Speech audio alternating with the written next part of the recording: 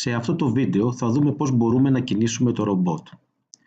Πηγαίνουμε στην πράσινη ομάδα πλακιδίων Action και παίρνουμε το τρίτο πλακίδιο Move Steering Block, το οποίο το μετακινούμε μέσα στην άσπρη περιοχή και το κουμπώνουμε δίπλα στο πράσινο βέλος.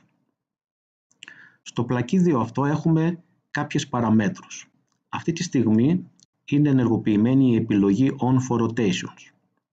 Η επιλογή Off χρησιμοποιείται όταν θέλουμε να σταματήσουμε τους κινητήρες να περιστρέφονται, ενώ η επιλογή On χρησιμοποιείται όταν θέλουμε να ξεκινήσουν οι κινητήρες να περιστρέφονται. Την επιλογή On for Seconds τη χρησιμοποιούμε όταν θέλουμε να ορίσουμε συγκεκριμένο αριθμό δευτερολέπτων κατά τον οποίο θα περιστρέφονται οι κινητήρες, ενώ στην επιλογή On for Degrees ορίζουμε πόσες μοίρες θέλουμε να περιστρέφονται οι κινητήρες. Τέλος, με την επιλογή On for Rotations ορίζουμε πόσες περιστροφές θέλουμε να κάνουν οι κινητήρες. Θυμίζουμε ότι μία περιστροφή είναι 360 μοίρες. Το μαύρο βελάκι ορίζει την περιστροφή των κινητήρων αριστερά ή δεξιά. Επιτρεπτές τιμές είναι από το -100 μέχρι το 100. Αρνητική τιμή σημαίνει εντολή στους κινητήρες για στροφή αριστερά, ενώ θετική τιμή σημαίνει εντολή στους κινητήρες για στροφή δεξιά. Όταν η τιμή είναι 0, αυτό σημαίνει ότι το ρομπότ θα κινηθεί μπροστά.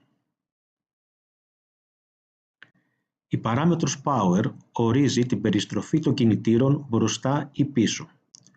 Οι επιτρεπτές τιμές είναι από -100 μέχρι 100. Εάν η τιμή είναι θετική, τότε το ρομπότ κινείται προς τα μπροστά. Εάν η τιμή είναι αρνητική, τότε το ρομπότ κινείται προς τα πίσω. Η ισορροπία είναι στο 0 και η τιμή που ορίζουμε σε αυτή την παράμετρο καθορίζει την ταχύτητα περιστροφής του κινητήρα. Η διπλανή παράμετρος Rotations καθορίζει τον αριθμό των περιστροφών του κινητήρα. Μπορούμε για παράδειγμα να βάλουμε την τιμή 2. Ενώ δίπλα ορίζουμε τον τρόπο φρεναρίσματος του ρομπότ, που μπορεί να είναι απότομος ή με ομαλή επιβράδυνση. Αν λοιπόν αφήσουμε το πλακίδιο με αυτή τη μορφή, τότε δίνουμε εντολή στους κινητήρες που είναι συνδεδεμένοι στις θύρες B και C να κινήσουν το ρομπότ προς τα μπροστά με ταχύτητα 50 και να κάνουν 2 περιστροφές.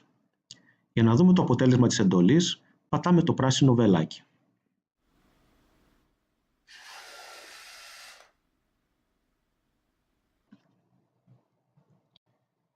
Συνέχεια, εάν αλλάξουμε την τιμή στο μαύρο βελάκι από 0 σε 10, θα παρατηρήσουμε ότι το ρομπότ θα στρίψει προς τα δεξιά.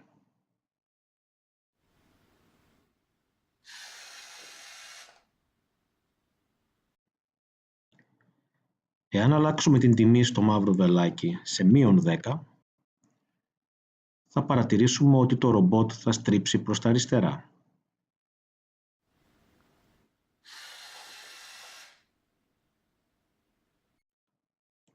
Τέλος, θα ξαναβάλουμε την τιμή στο 0 και ας προσθέσουμε ακόμα ένα πλακίδιο Move Steering δίπλα, στο οποίο θα ορίσουμε επίσης 2 περιστροφές και την ταχύτητα σε -50.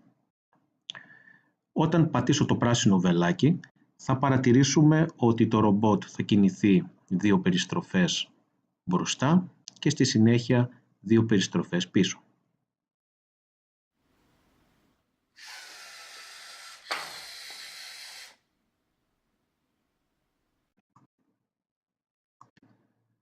Τέλος, αν επιλέξουμε On for Seconds, μπορούμε να ορίσουμε πόσα δευτερόλεπτα θα περιστρέφονται οι κινητήρες, ενώ αν επιλέξω On for Degrees, μπορώ να ορίσω πόσες μοίρες θα περιστρέφονται οι κινητήρες.